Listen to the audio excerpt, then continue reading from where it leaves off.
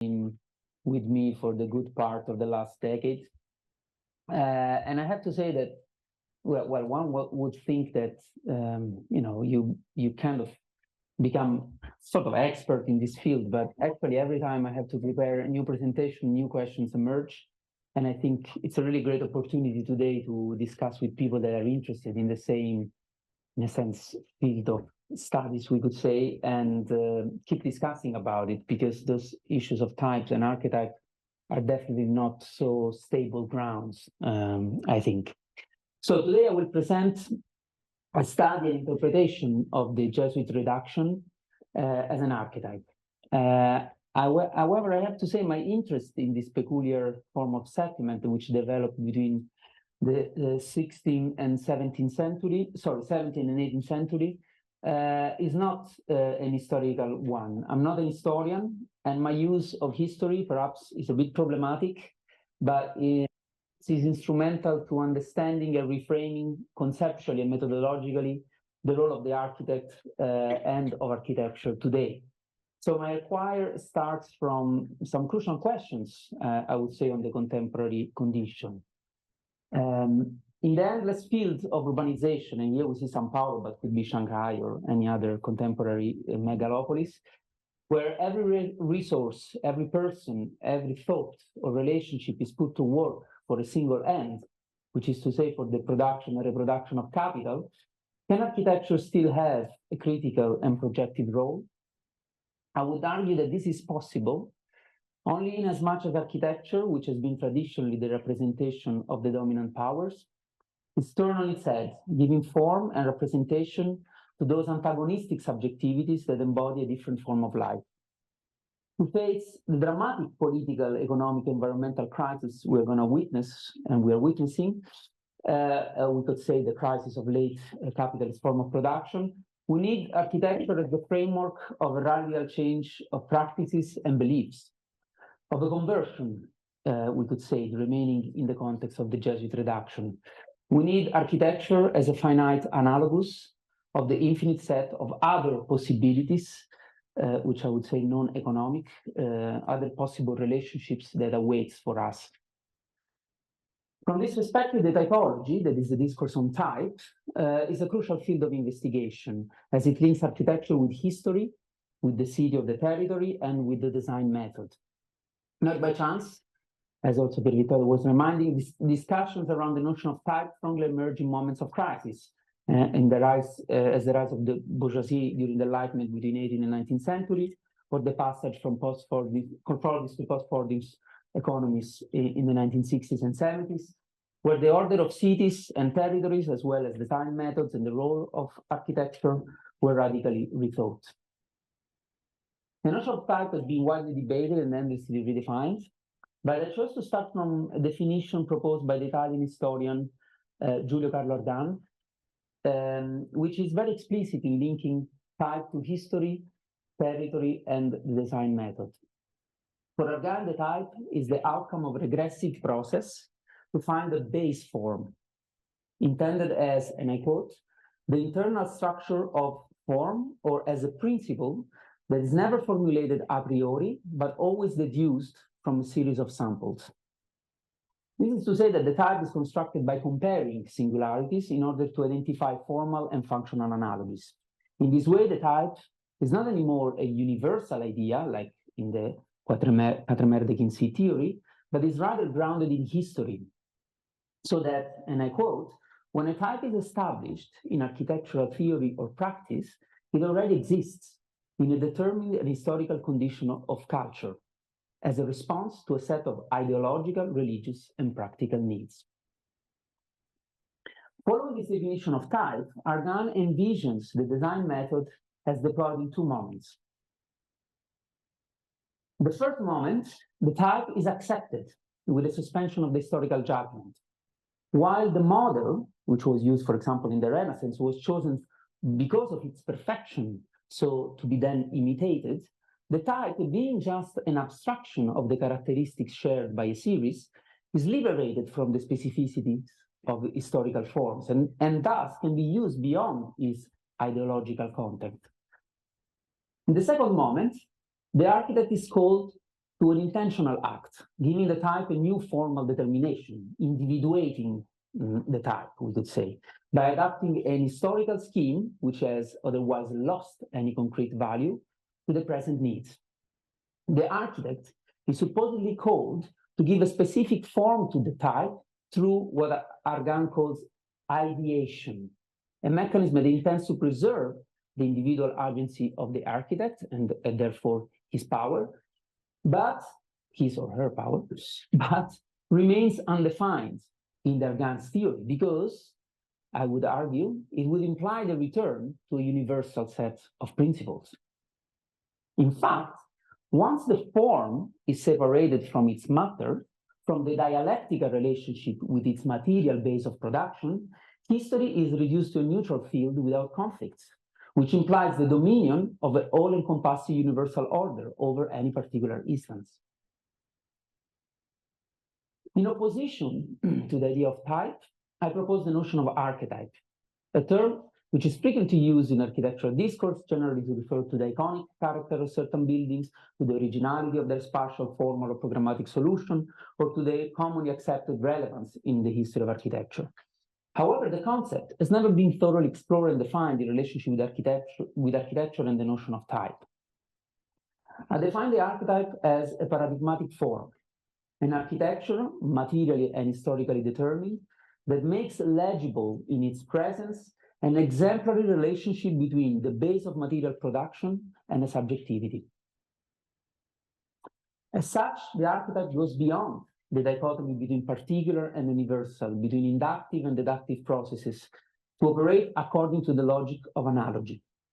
Analogy is the logic of the example, for which one element of a set is chosen to expose the rule that defines the set itself, without defining a normative list of characteristics, but rather exhibiting the rule as immanent in the exemplary element.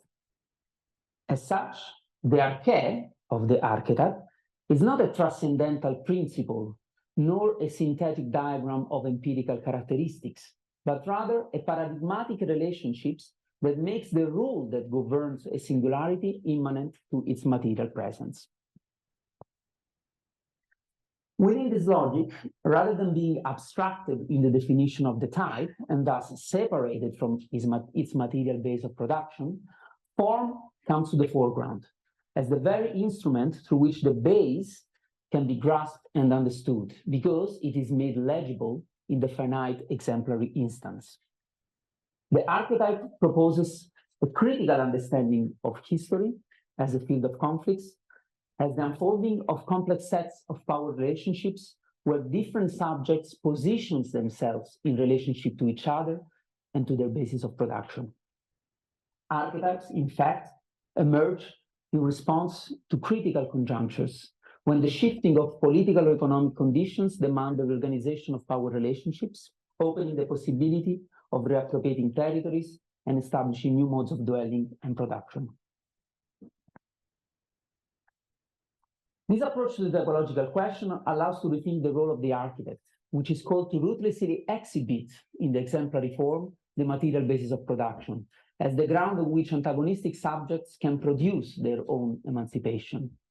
While in the canonical typological approach of the formal dimension of the type always operates implicitly as a mechanism to control behaviors and deploy norms, through continuously adjusting spatial configuration, the archetype instead materializes its partiality, making present and legible the rule that governs a specific form of life. The archetype is a gesture that cuts out of the endless field of production and use a finite position, exposing in its incompleteness the infinite potential of human relationships. Now, I hope you bear with me, but with this conceptual framework in mind, I want to bring you in a remote area of South America, along the basins of Uruguay and Paraná River, at the intersection of what today we call the states of Argentina, Brazil, and Paraguay. Far from the coastline and dominated by a wild and hostile environment, this region was difficult to explore, map, and control. However, Being roughly placed on the meridian of Tordesillas, which since 1504 divided the possession of the Spanish on the west and the Portuguese crown on the east, this area was object of sovereignty disputes between Spanish and Portuguese crowns. At the same time, the region provided refuge for the native Guarani people, escaping the incursion of the Bandeirantes, Portuguese adventurers trading precious minerals and, of course, slaves taken among the native population on the markets of São Paulo. Within this unstable and violent context, the Society of Jesus was called to provide order, a project that implied the spiritual mission of evangelization as much as the material reduction to a territorial organization. The Jesuit missionary enterprise had a manifold character. First one, religious, since order is first and foremost the manifestation of God. Military, as the evangelization is a mission to be accomplished through rigorous discipline and economy of means. Political and economic, as the conversion implies the organization of the territory in a network of discrete and manageable quantities of people within specific productive relationships. Founded by Ignatius of Loyola in 1540, the Society of Jesus quickly became a key player in the counter-reformation of the Catholic Church. In a world that was losing the absolute centrality of God, the Jesuits embraced a pragmatic approach, using discipline and hierarchy in the evangelic conquest of new souls and new lands on a global scale. To effectively transmit the message of Christ in the most diverse territories and conditions, the Jesuits follows the principle of accommodatio, which meant, in short, engaging and negotiating with the specific contingencies. Rather than an uncompromising defense of traditional customs or the ascetic isolation pursued by other orders, the Society of Jesus placed at the center of their evangelical mission the idea of pedagogy. The collegio, or the college, always accompanied the temple. The Jesuits' approach entailed a strong ethos, which could endure a variety of places and circumstances, and a method to negotiate with an unpredictable and unknown alterity. The issue at stake in the Jesuit evangelical enterprise is obviously the construction of a frame for the conversion. Differently from purely military, technical, cultural, or economic domination, the conversion, which of course has all these factors, is an induced transformation that involves the spiritual and personal sphere, as well as the whole system of symbolic, social, and political relationships and practices. Although from, of course, an asymmetric position of power, the converter and the converted are both called to question their cultural position to gain one the trust of the other. The missionary enterprise demanded the construction of an architectural frame where both conversion and conflict could materialize. To establish a common rule for religious and civic rituals entailed the regular and strict subdivision of time, as well as a clear and simple articulation of space. Only defining precise limits between the collective and the domestic, between the sacred and the productive, or by opposing the prominence of symbolic elements to the repetitively character of material elements, a new form of lives could be constituted. The Jesuit in Rome, of course, is the canonical example, conceived by Ignatius of Loyola as the archetype of the Jesuit temple and built, among others, by Jacopo Barozzi da Vignola in the 16th century. The Jesuit proposed not a style to be copied, but an exemplary form that embodies the Jesuit ethos, translating the pedagogical approach into a series of strategic architectural choices. First of all, the strategic location in the center of the city of Rome, chosen by Ignatius, also typical of the Jesuit churches and colleges in the colonies, which broke away from monastic isolation, bringing the work of evangelization at the very heart of the urban life. We see here in the bottom part, for example, the Capitolium. So we are really at the heart of the city of Rome. Secondly, the choice of a single nave hall church flanked by chapels, which allow the compact formal organization, placing the altar almost at the center of the space, and thus facilitating the collective participation to the liturgy. And finally, the insertion of the church in the complex of the college, always coupling pedagogy and liturgy, sacred and productive space. The Society of Jesus arrived in Brazil already in 1549, so a few years after its own foundation, which within the expedition of the Governador General Tomé de Souza, which is of course a clear sign of the strategic role that the Jesuits played since the very beginning in stabilizing a difficult colony. In fact, both converting the natives to Christianity and turning them into subjects of the Portuguese crown implied reducing the native nomadic or semi-nomadic people to sedentary life, hence the name reduction. Furthermore, in a sparsely populated territory, like the immense territory of Brazil and South America in general, this strategy proved to be essential in gathering the much-needed labor force and appropriated the necessary knowledge needed to colonize the land, knowledge that was residing with the native people regarding roots, water sources, plants, medicinal, therapeutic practices, etc. Selecting strategic outposts in key locations according to their military knowledge, the Jesuits built a network of villages that could control, defend, and allow the progressive penetration of the colony in the inland, ultimately giving a specific form to the territory. In this representation of Olinda in the city in the state of Pernambuco, the college clearly occupies a dominant position, both formally being in the upper vertex of the triangle that represents the city, and functionally controlling the crucial route towards the bridge on the Beriber River. Remarkably, in the same representation, the Benedictine and the Carmelites and the San Franciscan monasteries appear as detached enclosures outside of the city, making explicit a completely different relationship with the landscape, the city, and ultimately with evangelization. A comparison with the representation of cities in Spanish America highlights the peculiarity of the Portuguese approach. Codifying the beginning to precise norms, the Spanish American city is the space and expression of bureaucratic control, of a managerial reason epitomized by the regular grid of the damero, the checkerboard.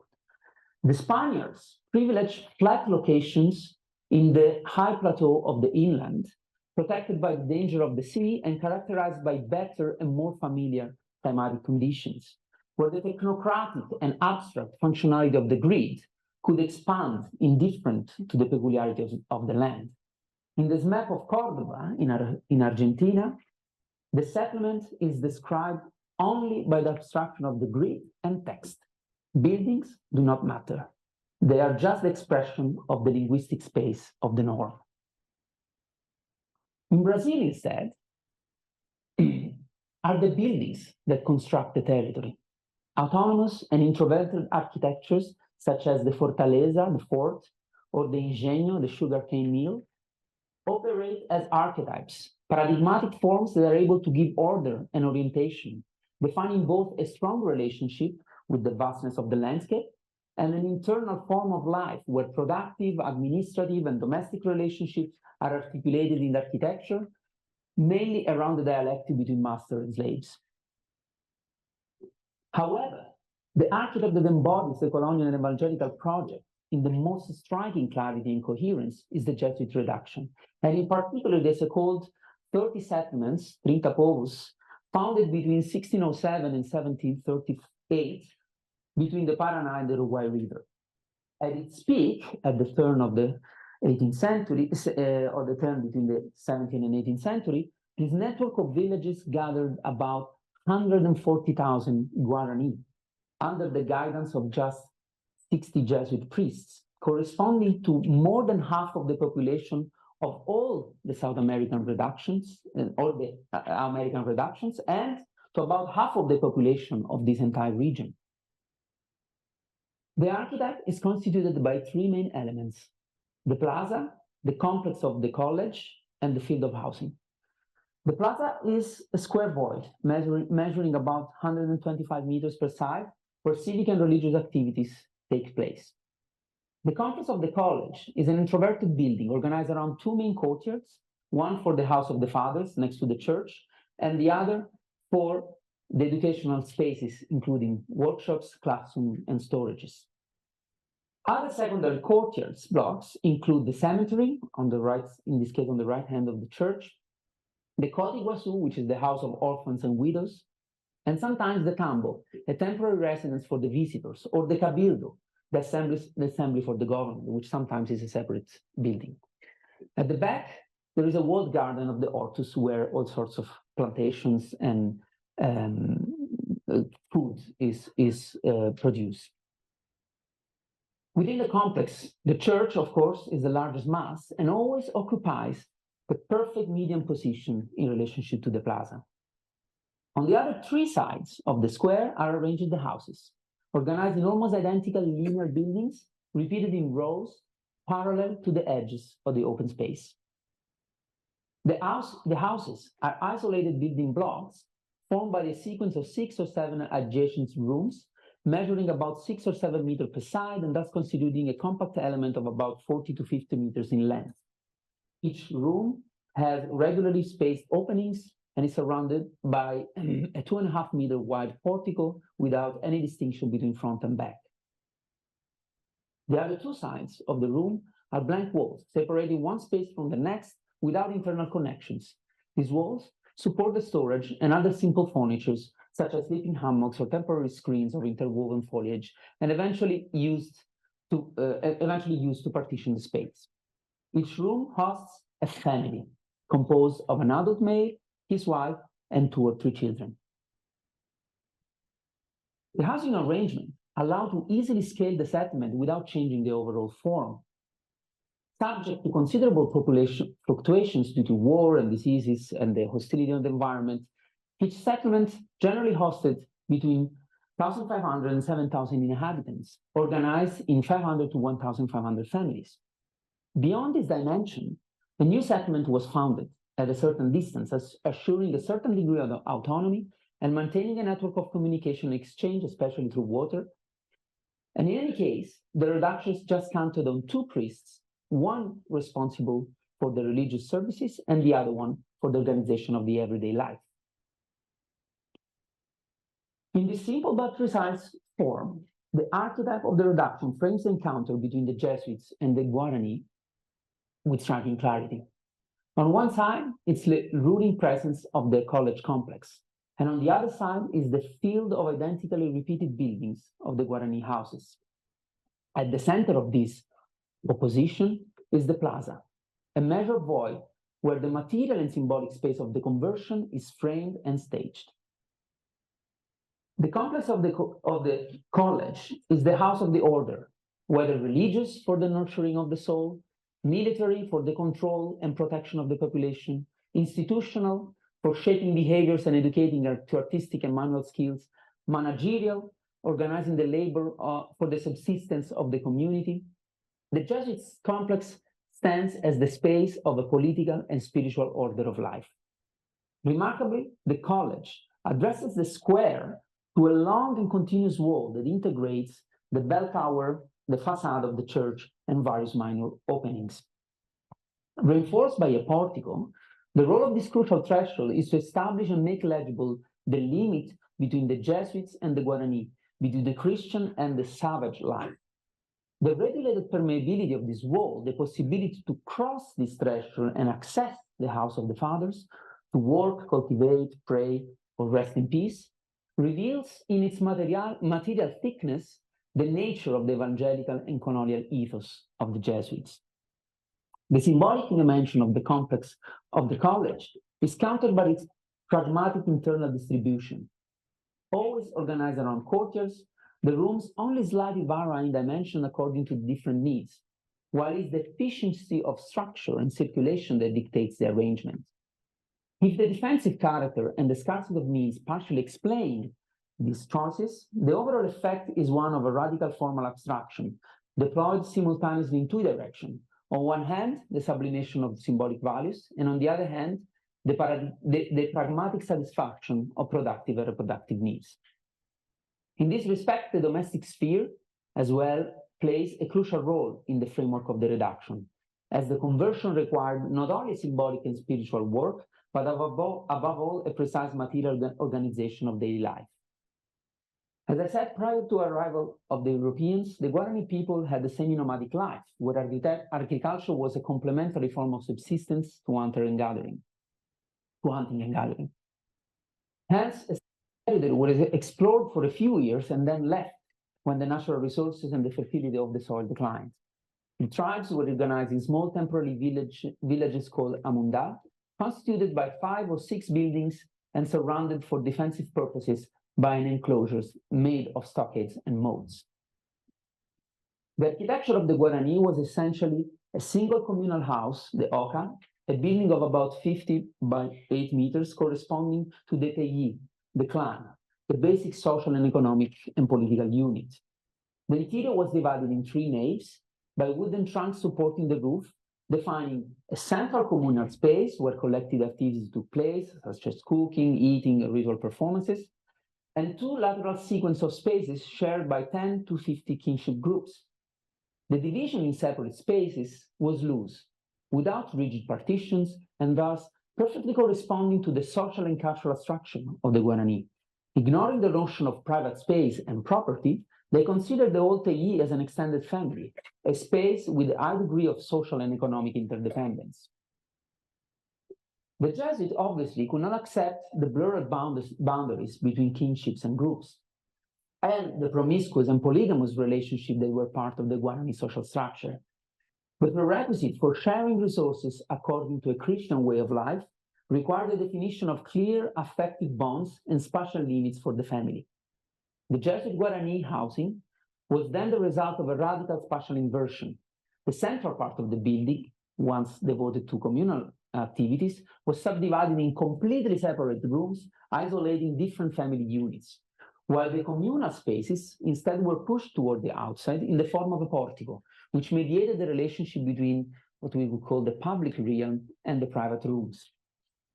The uniformity of the portico, continuously wrapping the building and the regular space of openings identical on both sides of the house, erased hierarchies and distinction between front and back, emphasizing the isotropic nature of the field of housing. Furthermore, the space among the buildings, which is quite generous, can be understood more as a means to separate the private dwellings than a specific form of circulation. Building an interior, a domestic sphere radically distinct from the collective one, aimed at instilling in the Guarani people the idea of a nuclear family and private property, both functional to the reproduction of a sedentary labor force. The conversion implied not only the acceptance of a new religion with new moral principles, but more importantly, the transformation of habits that were tightly connected with the modes of dwelling and understanding of the territory. From this perspective, form had to be intimately related with the use of space and time. The organization of buildings, rooms, and plots had to be immediately correspond with ritualistic actions within a new form of life. Religious ceremonies, communal meals, games, theatrical performance, labors in the films, the building itself, or the continuous building of the reduction, were activities that followed a rigid collective schedule, which were crucial in the reduction of the natives to this sedentary life. Ultimately, the archetype of the Jesuit reduction, I think, exposes the tension between the architectural presence of the Jesuit complex and the expansive field of the Guarani housing. The collegio could be understood as the solid head of a growing body. In between these two poles, the plaza frames the encounter between the Jesuits and the Guarani, between the domestic and the collective dimension of life. On the plaza, the complex of the college presents this porticoed wall as a gesture that interrupts the endless field of reproduction, affirming a material and symbolic limit. This threshold, which on one hand is the materialization of the sacrament of baptism, of the passage to a different system of beliefs, On the other hand, acquires an eminent political connotation, as it reclaims the possibility of governing reproductive life by establishing a common telos. The relationship between the complex of the college and the housing, and analogously between the Jesuits and the Guarani, is asymmetrical, but is never fully resolved in the hegemony of one side over the other. Devoid of the plaza, an empty space with specific dimension yet without a specific program, materializes the confrontation between a new order of symbolic values and the bodies that would give life and substance to it. If the wall is the materialization of the threshold that separates and at the same time unites Zoe and Bios, the political and economic sphere, the plaza gives form to this tension between the poles by means of a measured absence, avoid the stage liturgies of coexistence, and thus remains open to reappropriation. Thank you.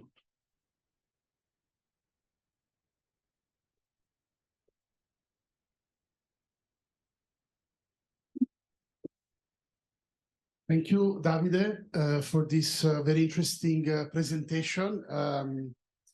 And of course, it's also very provocative because, in a way, the Jesuits were also part of a kind of colonial enterprise. And of course, in recent times, there's been a lot of debates about this aspect of Western history. And we shouldn't forget that many also architectural tropes or architectural archetypes that we still, in a way, used in a way in our design practices are the product of this kind of project of colonial appropriation. But somehow in this history, the Jesuits, although were supposed to be part of this project, they also play an antagonistic role. Maybe if you can elaborate on that, especially on the Guarani system of reductions. Yes, somehow, the Jesuits played an antagonistic role, maybe one could say a sort of mediating role in some sense, because of course, it's a very complex history that also evolves throughout time. But let's say that, especially in this area of the Guarani region, in which the settlements really, as I try to explain, acquired really a very consistent and big dimension, let's say, so that some claim that one of the reasons why the Jesuits were kicked off from South America in the mid of the 18th century is because they could have established their own independent state, let's say. This is not, this aspect is of course not completely clarified, and of course probably will never be, because also because the vast majority of the sources we have are the Jesuits in history. So it's very tricky to of course, disentangle these issues. But let's say that, the Jesuits also, well, at some point, let's say that the Spanish and the Portuguese crown understood that actually slavery and the enslavement of the native population, not only their reduction to a sedentary life, but really their use of as laborers was basically the key to the persistence of the colony, which actually was continuously threatened by return to the wilderness or to be conquered by other powers. So the Spanish against the Portuguese, but also the Dutch were in Brazil, for example, or the French. The Jesuits, in a sense, I think that the experiment of the Jesuit reduction is interesting because it is certainly a project of colonization, and the evangelization, the colonization go hand in hand. But I think that there is something potentially more powerful in it, because it's not about the absorption of the Guarani into just the absorption of the Guarani into a completely different and alien form of life and dwelling, but it's actually the constitution of a new form of dwelling, let's say, in which also the Guarani had a say to a certain extent. For example, this for me was really striking, where I discovered in many documents that only 2 priests were able to govern 7,000 Guaranis in a way. which was the maximum. But in average, the reduction was constituted of several thousand people. And this meant, of course, that in a way there was a kind of common telos at some point, at least, especially, of course, in the passing of generation, because we have to imagine also this is a process which meant that at the beginning was a kind of process of coming closer to a completely different reality, and at some point was a process of having Guaranis that were actually educated and formed within the reduction, and therefore, to a certain extent, constituted a completely new subject, which was not Guarani anymore, in a sense, but also not Portuguese or not Spanish at the same time. And I think that this tension for me, which is, I think, incredibly clear and legible in the architecture, is what I found particularly interesting in terms really of a design method, in a sense. Not for also maybe the concern that if anything, if we have any chance to keep surviving for longer on this planet, we really need to have some sort of conversion, let's say, of course, on probably completely different basis, but still a radical transformation of the habits of a massive population of 8 billion people is actually a quite challenging problem. It can be run by a couple of Jesuits.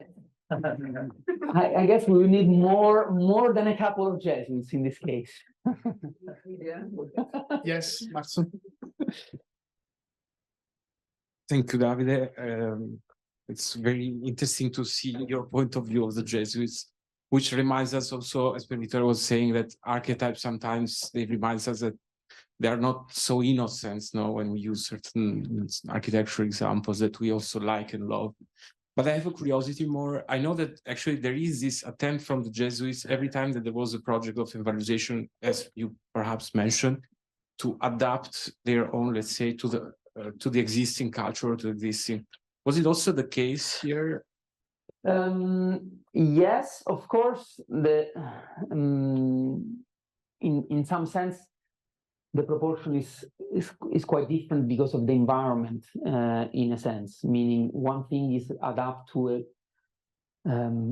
let's say, a context where there is already a kind of urban life, etc. Here we are talking about, in a way, try to establish settlements in a place that essentially had a lot of population, but they were not living in settlements as we understand as a permanent and sedentary forms of life. Of course, the Jesuits were actually, of course, incredibly smart. They first of all learned the language. They actually translated Bibles in Guarani. This is, of course, is a long process, etc. They, of course, taught to the Guaranis techniques like printing, for example, or artisanal techniques, which were, of course, bringing, but they also hybridized, in a way, these techniques with in fact, you could say original or native, let's say, way of producing, in a way. I think they also, aspects that were very strategic, of course, for the permanence of the settlement, which we had to imagine they were completely isolated, was actually the knowledge of the Guarani people in terms of water sources, in terms of specific location in the territory, in terms of the kind of plants, the kind of natural environment, fauna, etc. that was in the area. In fact, actually, according to many documents, the location of the settlement was, yes, at some point established by the Jesuits, which of course they also had to report back to the motherland, let's say, but they were always approved by the Guarani chief, let's say, because these are some form, because they knew that this was, in a sense, would carry a more higher possibility of success because of the ancestral knowledge of this population. So there were a lot of forms of hybridization.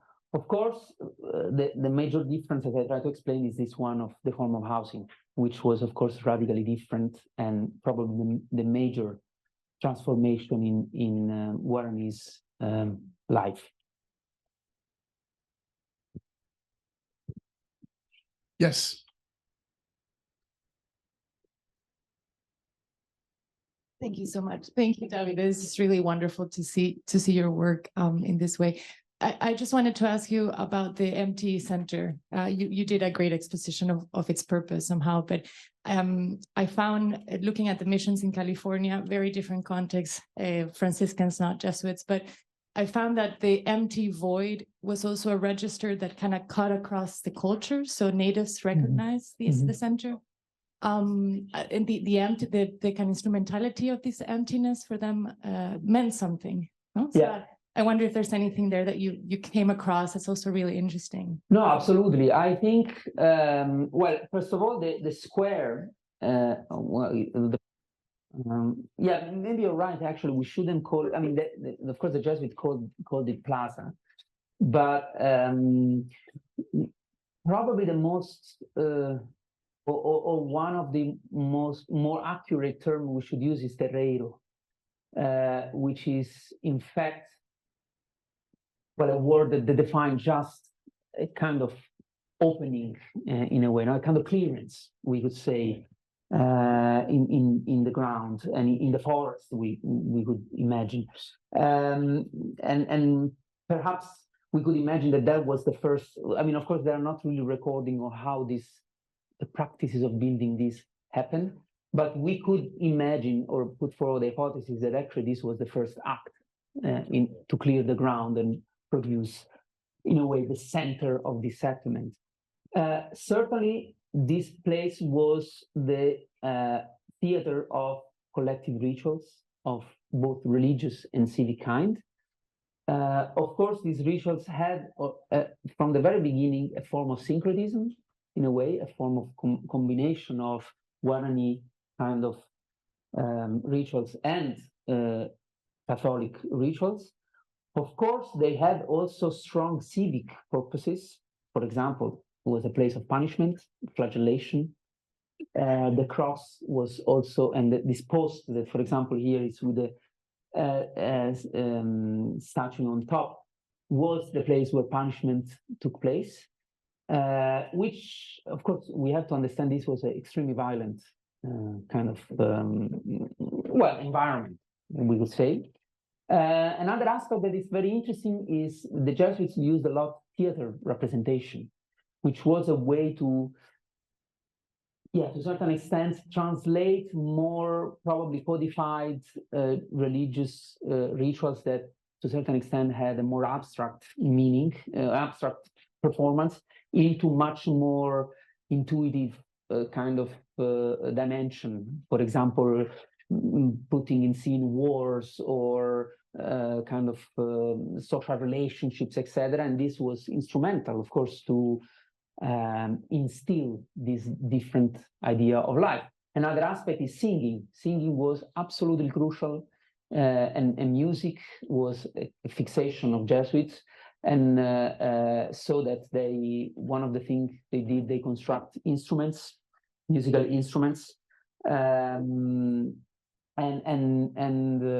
music was also very collective activity we can imagine chorals in a way, no? And this was a very important thing. Music was also not the sound of the bells, of course, but also the kind of prayers was also a way to compartmentalize, to kind of schedule time throughout the day and throughout the months and throughout the year, and so to produce this ritualistic collective life. We have to imagine that these people lived completely, essentially, except from when they were sleeping, they lived completely together, meaning they would perform basically the same activities all together. Yes, there were groups of activities, but they would wake up all at the same time. They would go to bed all at the same time. They would go to the church all at the same time. So there was an extreme ritualization of life, and that was absolutely instrumental to make these people sedentary in a way. Yes, maybe one last question by please. Sorry, I'm thinking too much. No, David, thanks for the amazing presentation. And it's fascinating to me. And I think one of the things that really struck me was that is, I thought, the most critical and most ambitious part. Sorry. Sorry. The archetype is good. The client. Sorry. I think what was most interesting to me is the aspect in which sometimes when we discuss type and typology, we are also in a way debating the nature of architectural knowledge. And I think this is where it's most productive and most critical for us architects and historians and theoreticians. And of course, I'm quite sure that you are actually referring a lot of the work of Agama, essentially. You're referring to paradigm, essentially working from particular to particular. Yeah. And when we move from particular to particular, I think what we are trying to assert is precisely the way in which we could give birth to a form of new knowledge, right? And that's where the paradigm was so instrumental. And I think Agamben was right that when Foucault uses the example or the exemplar of the panopticon, it is less about the discussion of prisons and more prisons, for instance, but it is more in a way to formulate and to build a new knowledge with regards to which we understand discipline and punishment, especially the way in which we form that knowledge into contemporary situation. So my question to you, I don't know if it's too big, is that in what way and in what knowledge do we apply your reading of the particular to particular in this example to a contemporary situation?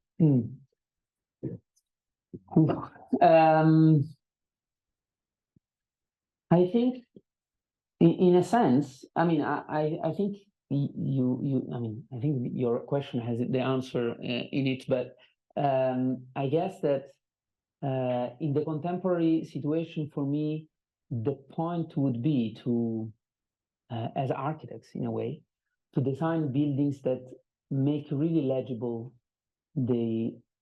what we could call the basis of material production, which, and in particular, the relationship between this basis of material production and the subjectivity that we are addressing, in a way. So, for me, the problem that I have with the very sophisticated and very interesting, for example,